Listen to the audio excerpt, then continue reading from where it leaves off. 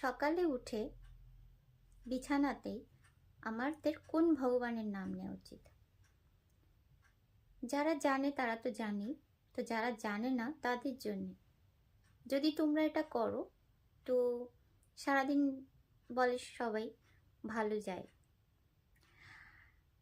তো আমাদের সকালবেলা উঠেই, ঘুম থেকে উঠেই, কারো মুখ দেখার আগে বিছানাতে শুয়েই হাতটাকে এইভাবে পরিষ্কার করে, হাতটাকে এইভাবে মেলে, এই যে মেলে বলতে হবে, করাগে বসতি লক্ষ্মী, কর মধ্যে সরস্বতী, করমূলে গুরু গোবিন্দ, প্রভাতে কর দর্শনম।